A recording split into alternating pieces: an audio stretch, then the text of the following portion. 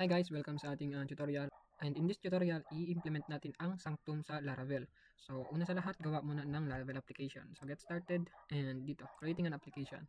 So, nagawa ko na itong mga necessary steps para magkaroon ng marantong Laravel new na command. So, copy ko na lang to para makapag-create tayo ng applications. So, dito guys, meron akong, dito ko nilagay yung aking project. So, sa YouTube contents ko, no. Ilagay ko lang dito CMD para ma-open yung command prompt sa path na yan. Ayan. And then, ilagay niyo dito yung Laravel new. And Laravel new tapos yung pangalan ng application. So sa case natin, lagay muna natin demo. Ayan. So tatanungin tayo kung ano yung starter kit. Pwede namang Breeze, naka-sanctum na agad yun. Pwede namang Jetstream and pwede namang none. So try natin yung none para mas makita natin kung paano nag-work yung sanctum nang hindi siya na-implement agad. Kasi sa Breeze, na-implement na siya agad, no? So sa none muna tayo. Sa default and then default. Wait lang natin. And habang nagwe-wait kayo dyan, pwede nyo i-browse yung ating documentation para makapagbasa kayo. So ito siya. Creating an application and ayan, composer run dev. Ito yung mga command lines gagamitin para maran yung Laravel project. Okay guys, so habang nag-i-install, may magpa-prompt sa inyo ng ano bang database ang gagamitin nyo, SQLite ba or MySQL. So ang gagamitin natin sa tutorial na ito is MySQL. Una, kasi may pang-edit tayo ng MySQL na database. Gagamit tayo ng XAMPP later on. Kapag SQLite kasi, wala akong pang-edit doon. Wala pa akong alam na pang-edit doon. And mas sanay ko yung MySQL. So magproceed tayo sa SQL. Yan. And default database updated. Would you like to run the default database? So no muna tayo para hindi siya mag-migrate kasi hindi pa nakaran yung ating server SAMP. So no muna. Okay guys, so tapos na ang pag-create ng Laravel. So gagawin natin, open natin siya gamit ang VS Code, no? Code dot or pwede nyo i-code tapos yung pangalan ng auth. Yan. So open nyo ng VS Code. Lagyan natin dito. So ito na yung application na na-generate natin gamit ang Laravel. So ang gagawin naman natin is i-run yung SAMP. Yan. So, i-run lang natin yung SAMP para ma-connect natin sa database. So, loading. Ngayon, close natin ang SAMP. Tapos, magra-run tayo ng migration, no? So, yung migrations is yung andito. Migrations. Ano ba yung migrations? Meron siyang users, cache, at saka jobs. So, ngayon, i-run natin ang PHP artisan migrate para migrate sa ating database. Enter. Yes. And, ayun, na-create na siya. And kapag titignan natin yan sa ating PHP my admin, dito, ayan. Nandito siya, no? Ito na, meron na siyang, asan na ba yun? Auth demo. So, refresh lang natin. Ayun, auth demo. Ayun, meron na siyang tables dyan. So, kay Laravel yan. Wala pa yung sanctum dyan. Ngayon, kailangan natin i-install yung sanctum. Pero bago yan, mag-initialize muna tayo ng repository para git repository para matrack natin yung changes natin. Ayan. So, add lahat. Tapos, initial commit. Commit. Ayan. Tapos, saka tayo mag-add ng packages. And also, we can test muna, no? So, composer, run dev. Check natin kung gumagana ba to. Ayun na siya guys, no? So, meron siyang URL na i-display tapos pwede nyong control click para mapunta kayo doon. So, gumagana yung Laravel natin. Pero ang gagawin natin is API, di ba? So, bakit itong nagpapakita? Pag titignan natin dito sa my code, makikita natin dito sa my roots, meron tayong web. Ayan. So, itong web na to, yung slash, which is yung ito yung pinapakita na view. View yung pinapakita niya. So, ang gusto natin API, no? So, API natin siya gagawin. Ang gagawin naman natin ngayon next is i-close muna natin tong terminal or kahit hindi. Gawa ng bago. Tingnan natin tong Laravel example tapos yung sanctum. So, search natin yung sanctum. Sanctum. Laravel sanctum. How it works. And then, yan siya. Basahin nyo na lang dyan. So, run natin tong PHP artisan install. Tapos, paste natin. So, may migration na nagawa. Kailangan natin yun i-migrate. No? So, i-yes lang natin yan. Ayan. So, napapansin nyo, pagka-install natin ng sanctum, meron na agad dito, untrack, kaka-add lang na na file which is yung API. So, paano ba natin ito ma-access, no? So, for example, meron tayong root na kukuha ng get lamang tapos slash function yan, hello world. So, dito, paano natin ito mapupuntahan? So, kapag yung kanina clinic natin slash ang nakuha natin is ito. Ngayon, ang API, meron siyang prefix prefix na API dapat para ma-access siya as API. So, pag enter natin yan, ayan, ito yung ating response na nanggaling sa dito. So, pumunta tayo dito, pero API tayo na, nasa API tayo na file, pumunta tayo dito, API slash, ito yung nakuha natin. So, ang next naman na gagawin natin is gamit tayo ng Postman. So, dito sa Postman, pwede tayo makapag-send ng request dito, no? So, for example, gawin natin, ano na ba yung URL natin? Ang URL natin ay ito, copy and then paste natin dyan, /API. Pag sinend natin yan, makukuha natin yung message na hello world. So, eto, pwede natin i-store sa URL, ay sa variable. Sa collection ng demo, pwede tayong mag-create ng, click natin siya, variables, and dito, lagyan natin variable name, URL. Initial value, taka yung ano, kanyan na. Save, and then, pag pumunta na kayo sa my request, kikita nyo dito yung inyong variable. So, hindi nyo na itatype mano-mano. So, pag kinuha nyo, same pa din. Ang next naman na gagawin is, ito yung pangalanan nating hello world. Hello world. Yan. Gawa din tayo ng iba pang requests. So, add request, siguro register muna, register. Register, tapos yung URL, /register. Ayan. So, not found. Bakit kaya not found yung code? Kasi wala pa tayong root para doon. Gagawin natin, gagawa tayo ng root para dyan. So, root, get register. Register, tapos, function, ayan muna. So, ito muna yung i-return natin. Register, gawin na din natin sa login. Root, login, tapos, logout. So, yan muna yung mga gagawin natin. Pang testing purpose lang. Isasend natin to ulit. Ayun, meron na tayong message. So, duplicate lang natin to. Paste. Copy, paste. Ito, palitan natin to. Gawin natin login. Tapos yung URL register. Login naman, login. Ayun, login, okay. Ito naman, logout. Logout. Gawin natin logout. Dito, URL logout. Okay. Ayun, logout. Pero ang kung natin dito, ang hindi dapat siya get request, dapat post request yung mga yan. So, gagawin natin, ibahin natin tong mga method dito. Gawin natin post. Yan. Ngayon, pag pumunta tayo sa postman, tapos tinry natin yan, hindi yan pwede. Kasi nga, post yun. So, kailangan natin i-post yan. Sa preview, method not allowed. Ayun. So, method is not allowed. Save, post. Gawin natin post lahat. Save, tapos post. Kung nag-register ka na, ayan, okay na siya. Gamit ang post. Ang next na gagawin natin is, paano ba tayo makakapag-create ng user, no? So, dito sa may ating get function, instead of function, gawa tayo ng isang class or controller na makakapag-provide ng methods para sa mga actions ng tatlong ano na to. So, ang typical na makikita nyo na pangalan nun ay auth controller. So, dito sa may application, under HTTP, meron tayong controllers. So, gawa lang tayo ng controller dito. Sa may controller, ang pangalan ng controller ay auth controller. Pwede natin siyang ilagay sa isang sa isang namespace, sa ibang namespace instead sa controllers. So pwede natin ilagay yung auth para mas malinis tignan, no? Auth controller. Pag nilagay natin yan, basic lang siya. Ayan. So dito i-declare natin yung mga methods na kailangan natin. Ayan, alam niyo na. Tapos ang gagawin natin, pumunta tayo sa API, and then instead na functions, di ba? Instead na functions, ang gagamitin natin ay class. So, ano ba yung class na yon? Auth controller class. Auth controller class. Nandun na. Kung asan na yung ano? Auth controller class register, pero instead na ano? Login to. Tsaka logout. Tapos, kailangan natin siyang i-import, no? So, control space, para makita nyo yung mga ano. Kasi kapag control dot, ayan, frame yung papakita. Control space, para makita natin yung controller. Ito, save. So, ganun pa din siya, okay pa din siya, pero ngayon mas malinis na kasi nasa isang controller yung mga functions na related sa authentication. So, dito siya. Test natin para makita kung gumagana. Ayan, dito. Send. Ayan, gumagana pa din. So, matik yun, nandun lahat yun.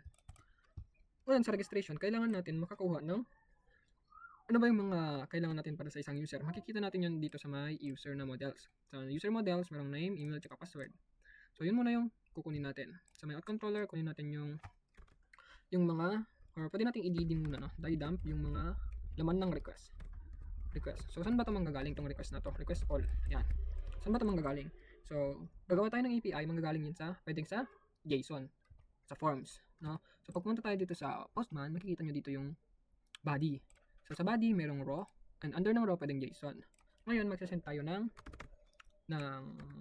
JSON, which is yung name, kailangan yung name, full lagay natin, tapos, anong pagkailangan, email, tapos lagay natin, foo@mail.com, and then, yung password, which is, password na lang. Ayan, pag sinend natin to, kailangan may ma-receive tayong dump, which is yung DD kanina. So, pag nisend natin yan, ayan, so yung preview niya, ito. So, nakuha natin yung mga data sa request dito. Kuha natin yung data dito. Ngayon, kailangan natin yan i-validate, no? Hindi lang basta-basta tayo magka-create ng ganyan. Kailangan natin i-validate yan. So, gawa tayo ng variable, validate, or fields. You can call it fields. Fields equals, ayan, alam niya. Alam ng AI natin. So, yung name, kailangan required siya, at saka string. Kailangan din yung email required, at saka unique sa my users na table. So, ayan siya. And password, kailangan confirm. So, ano ba tong confirmed na to? Kailangan meron tayong isa pang field sa may form natin para ma-confirm kung parehas yung password na yon. So, halimbawa, titignan natin dito. Check natin sa postman. Wala na tayong ano, di ba? So, register lang yung validation natin. Alam ko mag-error to. Send. Ayan. So, hindi siya nagpunta siya sa root ng ating ano. Kasi ni-validate niya, may error. Okay. Para makita natin yung API response, mas maganda dito sa my headers, gawin natin yung accept application JSON. Yan. Save natin. Tapos send natin. Ayan, may errors na tayo, JSON. Ang sabi dito, the password field confirmation does not match. Saan ba natin i-match yung password na yon? So, sa documentation or, yeah. Sa documentation, ang sabi doon, password confirmation, yung pangalan ng field na yon para i-compare yung password. So, lagyan natin dito password, copy, and then paste, save. Ngayon, wala na yung, ayan, register na. Ibig sabihin na validate na yon. Nakapunta na yung code natin dito, ibig sabihin na validate niya to. Ngayon, tong fields na to, alam natin na required, tong tatlo at saka na-confirm na yan. Ang gagawin naman natin is mag-create tayo ng user. So, ayan, user create. Kailangan natin i-import yung user. Galing sa user models. Create, name. Actually, you can just pass the fields na lang dito. Pero, at saka hindi mo na siya i-bcrypt. Alam niyo kung bakit? Kasi sa may factory ng user, so yung factory, para siyang, yun, factory, tagagawa. Saan na ba yun, factory? User, factories. Dito lang yun database, dito, database factories. So, user factory, pag nag-create siya ng user, nakahash na agad yung password kasi, no? So, ayan siya.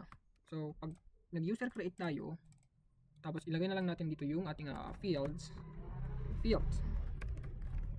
yan. Magka-create na yung user. Registered. Send natin to.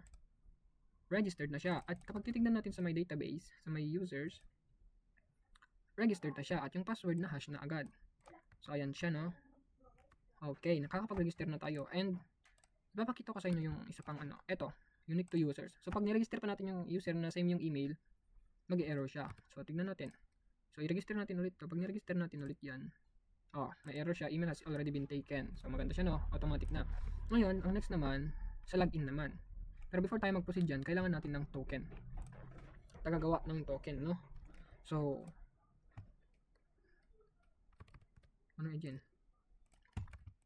So, kailangan natin gumawa ng token. So kailangan natin gumawa ng token, di ba? So, punta tayo sa Laravel.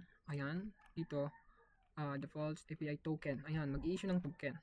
So, kailangan daw, yung ating user ay, ito, has API tokens, no? So, ilagay natin ito sa mga user model natin. So, model, has factory, has notifiable. Lagay natin dito pa, use, has API tokens. Ayan. So, ang next naman dyan, ay mag-create tayo ng token. So, ayan, token. So, kapag ka-register natin, create tayo ng token, di ba? So, token equals, wala naman tayong user. Ang gagawin natin dyan is, yung user na kagagawa. User, create token, tapos ilagay natin yung username. Name. Instead na galing sa request, pwede naman yung user na lang. Yung user ulit, user, tapos, yung kanyang name. Ayan. So, pag tinanay natin to, i-return natin yung token sa may nagre-request. Para yun yung gagamitin niya next time na mag-access siya ng resources sa ating server. Para hindi na natin i-check yung email, password niya. Kailangan na lang natin yung token. So, i-return natin yung response token, tsaka yung siguro yung user din para user. Tapos, i-return natin yung user. Yan. So, hindi na ito na-reach ng code, kaya i-delete natin. Save, and then try natin mag-register ulit. So, iba namang pangalan to. Foo, bar, tsaka bar. So, pag sinend natin yan, ayun, nakukuha tayo ng token. Ito yung gagamitin na pang authenticate na. So, instead na email at tsaka password, and then yung user, yan yung sinend natin. Ngayon naman, maigi, ilagay natin siya sa, okay, ngayon naman, ito-try natin yung login. No, so, ito-try natin yung login. So, may login na tayo. Kailangan natin sa headers, accept JSON, application JSON para makita natin ng maigi yung response. Tapos yung body raw JSON. Lagay tayo ng email password. Sa unang authentication, kailangan talaga ng email at password. Pero sa next na pag-access ng resources na kailangan ng authentication, yung token na yung gagamitin. Sa name ay email foo@mail.com. Tapos yung kanyang password. So maalala nyo, password yun eh. Password. Ayan siya. So pag sinend natin to, okay, gumagana. So dito sa may login, kailangan natin i-access yung email, of course. So alam ni GPT yan. Copilot fields. Okay, validate mo, required, and then kunin mo yung user kung saan yung email niya is parehas sa email, sa fields. Tapos yung unang makikita, yun yung i-return mo. Pagkatapos, i-check mo kung meron bang user. Kung walang user, yun muna yung para mas clear yung response natin. Kung walang user, ang ilagay natin dito ay user not found. Tapos meron din isa pang if. So pag nakalagpas dyan, ibig sabihin mayroong user. Ngayon i-check mo naman kung yung kanyang password ay tama, no? So check natin yung hashing yan eh. Hash. Ayun, hash. Oh, bakit ganun? Baliktad pala. So hash, check, password. Check mo yung fields na password kung parehas pa siya dito. Ang naka-hash, no? So password is incorrect kapag hindi parehas. Ngayon, pag parehas yan, ibig sabihin makakapag-login siya. So magkakita tayo ng token para sa kanya, which is this. And then magre-return tayo ng token, tsaka yung user. Ayan, save. Tignan natin kung gumagana. So check natin yung wrong password muna. Lagyan natin ng 1 and password is incorrect, which is tama. Tapos pag nilagyan naman natin ng hindi registered na email sa ating database, user not found. Tapos pag success, ayun, meron tayong token. So ngayon, ang isang example sa paggagamitan nito is logout, no? So kapag magla-logout tayo, hindi naman basta-basta na i-delete natin yung mga tokens na naka-registered. So ang mangyari is delete lang natin yung mga tokens ng currently signed in na user. So paano ba natin magagawa yon? Dito sa my request, kailangan natin kukunin yung user. Kunin yung user sa my request, tapos yung tokens niya, tapos i-delete natin yon. Pwede yon, siguro. Pero sa my Laravel, tingnan natin yung pag-create ng tokens. Pag-delete ng tokens. Ito. So pag mag-delete tayo ng tokens, dito siya. So tokens user, tokens delete, revoke all tokens, no?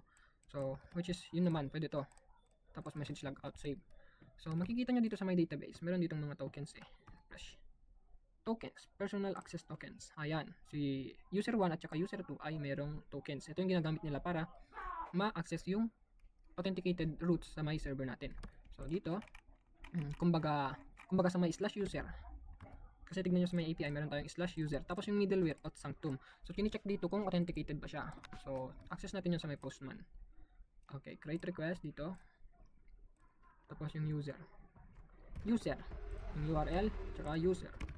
Ayan, send natin, get lang natin. Ang i-return nito ay login not defined.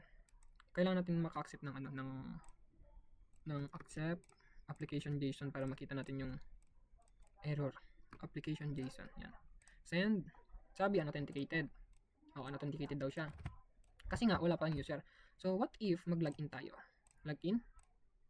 Yan, meron tayong authentication token. Tapos sa may user authorization, lagyan natin ng bearer token. Lagyan natin dito yung token. Pag sinend natin to, ayun, makukuha natin yung current user from the database. Kasi nga, authenticated na siya. Ngayon naman magla-logout tayo. So pag mag-logout tayo, kailangan i-authenticate muna natin kung meron bang user na nakalogin. So ang gagawin natin, kapalan natin tong middleware na to. Tapos dugtong mo dyan.